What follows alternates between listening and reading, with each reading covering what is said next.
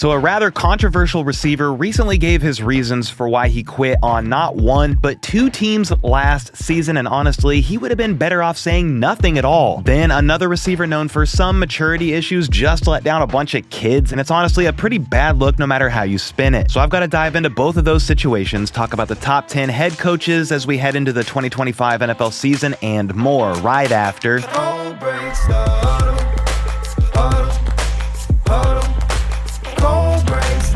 Alright, first up, cornerback Shaq Griffin is headed back to the team that drafted him in the Seattle Seahawks. It's just a one-year, $3 million deal, but he'll join a very solid cornerback room that features Tariq Woolen and Devin Witherspoon. Griffin was a third-round pick back in 2017 for the Seahawks and spent his first 4 seasons there before signing a fairly lucrative 3-year deal with the Jags in 2021. Unfortunately, a back injury derailed his 2022 season, and he wound up on IR after just 5 games. He's bounced around a bit since, playing with the Texans and Panthers in 2023 before signing a 1-year deal with the Vikings last offseason. It was a bit of a resurgence year for him. He played in every game for the first time since 2018 and recorded 2 interceptions as well as 6 passes defensed. And with him now entering his age 30 season, he's hoping to help contribute once again to that Seahawks secondary. And then we've got to talk about this pretty crazy podcast appearance that Browns receiver Diontae Johnson appeared on. He talked about why he decided to sit out in the Ravens game, and it's definitely a wild one to say the least.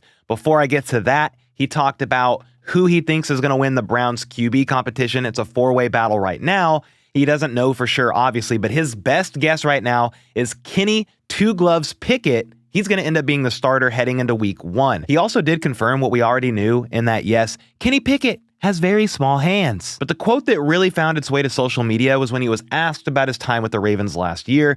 If you remember, the Panthers traded him and a 6th-round pick to Baltimore ahead of the trade deadline in exchange for a 5th-round pick.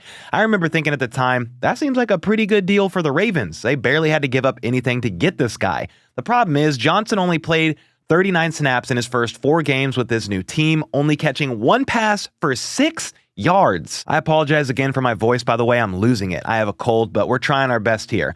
Well, then came the infamous game against the Eagles on December 1st. Johnson hadn't played all game, and when they told him to go in during the 4th quarter, he reportedly refused to do so. The team suspended him for 1 game after that, but as he shared during this podcast, he knew he would be in the doghouse when he returned to the team.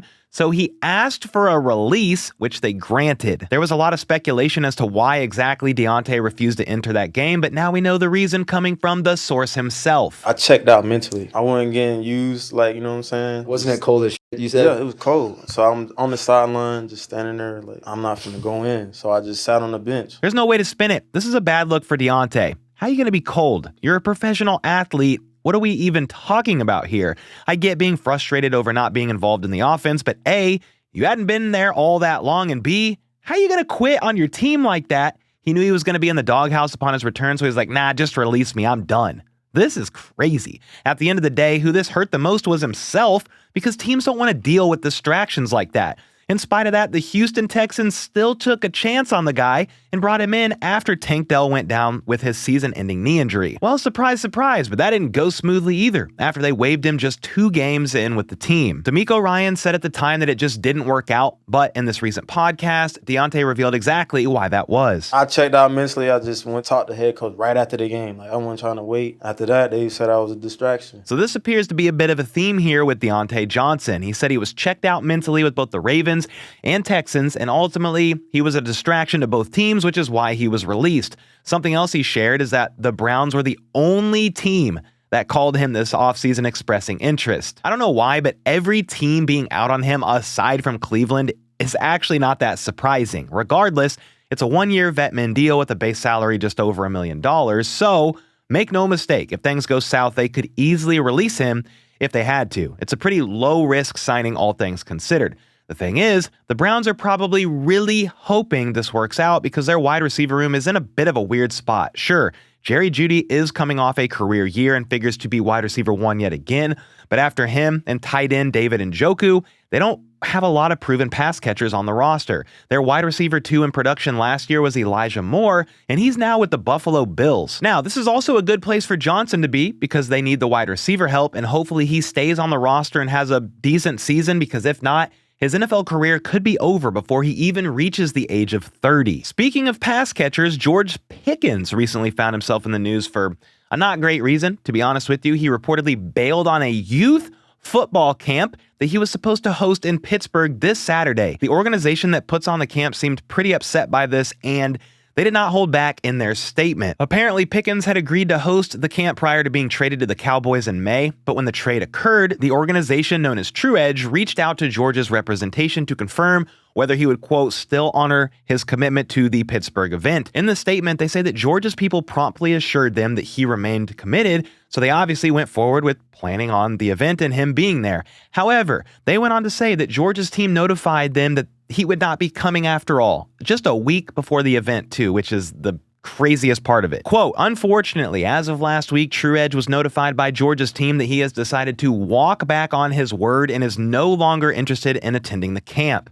Let us be very clear. We are deeply frustrated by this decision and the position that has placed all of us in. They went on to say that his sudden decision to back out not only reflects a disappointing lack of accountability, but also shows a disregard for the families and children who were excited to meet him. We are incredibly disappointed by his actions, and they do not express the goals or motives of True Edge Sports. They did not pull punches on their response, and honestly, I wouldn't either.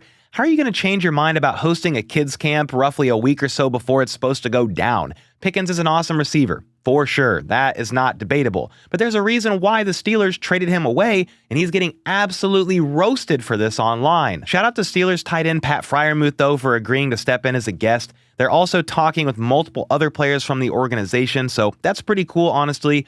Good on them for coming through for the kids and saving what otherwise would have been a really disappointing cancellation for both the campers and their parents. But what do you think about Diontae Johnson and Pickens in the comments down below? Who ranks lower for you right now at this point in time? Anyway, next up, let's talk about this top 10 coaches list that Dalton Wasserman of PFF recently put together because it's sparking some pretty heated debates. Here it is in order. He has them ranked: Andy Reid at 1, Sean Payton, Sean McVay, John Harbaugh, Mike Tomlin, Jim Harbaugh, Kyle Shanahan, Nick Sirianni, Dan Campbell, and Kevin Stefanski. That's the one from this list that is drawing the most criticism. I would personally make some tweaks to this list, maybe the order a little bit, but all those guys have strong cases to at least be in the top 10. That's pretty undeniable. However, Stefanski is the one that is questionable. I'll give him credit initially because in his first season as the Browns head coach, he led them to the playoffs for the first time in 18 years and got them their first playoff win since 1994. A side note on that playoff game, though, is Stefanski wasn't actually with the team as he tested positive for COVID